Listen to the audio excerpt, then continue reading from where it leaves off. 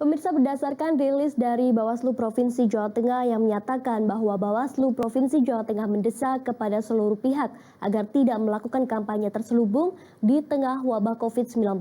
Dan untuk mengetahui hal ini kami sudah terhubung dengan anggota Bawaslu Provinsi Jawa Tengah Rofudin melalui Skype. Selamat siang Mas Rofi. Selamat siang Mbak Yana dan para pemirsa. Mas Rofi, bagaimana melihat fenomena kampanye terselubung di tengah pandemi COVID-19 ini dari kacamata Bawaslu? Ya, Bawaslu Jawa Tengah mengetam ya, dan juga kecewa dengan adanya tindakan-tindakan orang-orang tertentu yang mana menggunakan bantuan ini untuk kepentingan politik tertentu. Entah politik itu untuk pencitraan ataupun popularitas untuk kepentingan Pilkada 2020 begitu.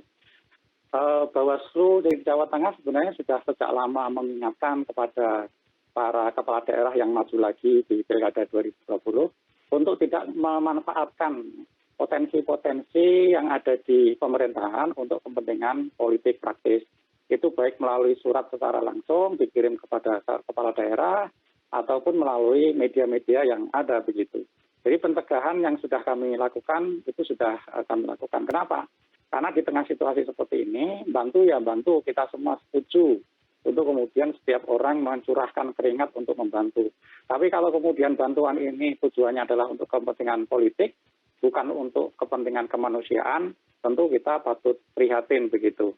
Nah, dalam situasi seperti itu, kita semua berharap agar masyarakat juga cukup cerdas di dalam melihat ini ya. Kalau misalnya mengetahui adanya dugaan politisasi bantuan atau kampanye terselubung, mereka bisa melaporkan ke jajaran di Bawaslu kabupaten kota masing-masing begitu. Misalnya jangan sampai bantuan itu ditempeli dengan gambar bakal pasang calon atau kepala daerah.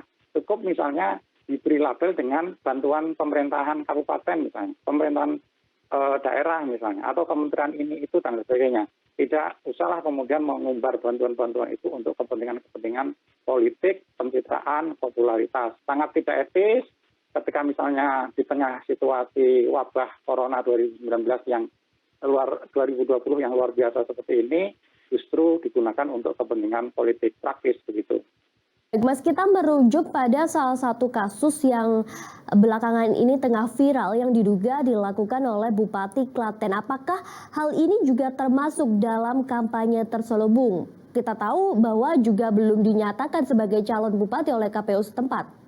Ya, saat ini kami belum bisa menyatakan, tapi kami menduga bahwa itu adalah ada praktek kampanye terselubung begitu. Maka dalam konteks untuk memutuskan apakah itu ada pelanggaran atau tidak, saat ini rekan-rekan Bawaslu di Kabupaten Klaten sedang mengusut, mengklarifikasi, mendalami, menangani. Salah satu caranya adalah melakukan klarifikasi terhadap pihak-pihak yang dianggap mengetahui adanya praktek dugaan pelanggaran itu begitu. Nah, apakah saat ini sudah ada pasangan calon?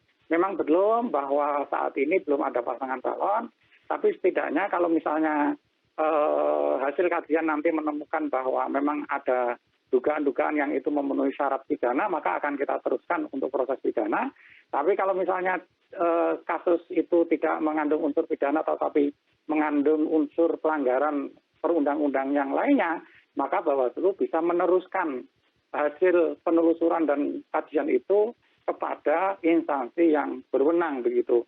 Misalnya kalau yang melanggar itu adalah ASN, kita sanksi terusannya adalah ke Komisi ASN.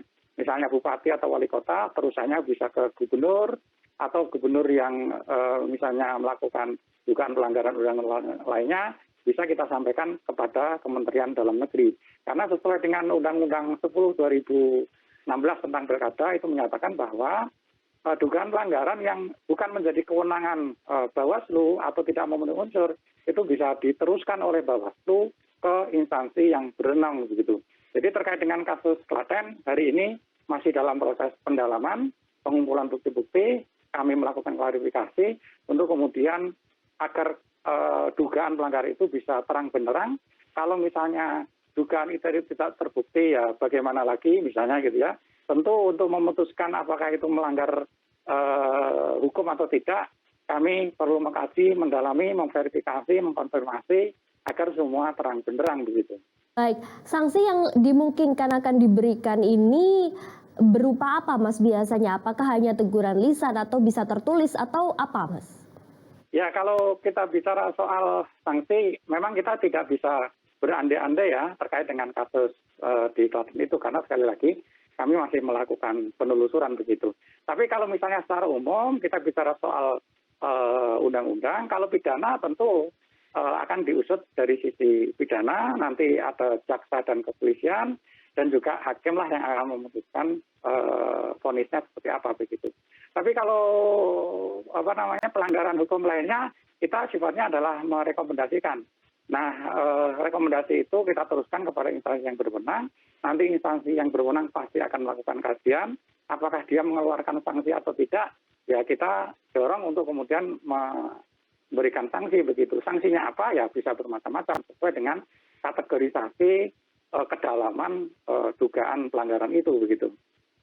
Mas Rofi, dari data Bawaslu hingga saat ini ada berapa banyak pelanggaran berkedok bantuan ini? Ya, kalau data di kami sih ada ya.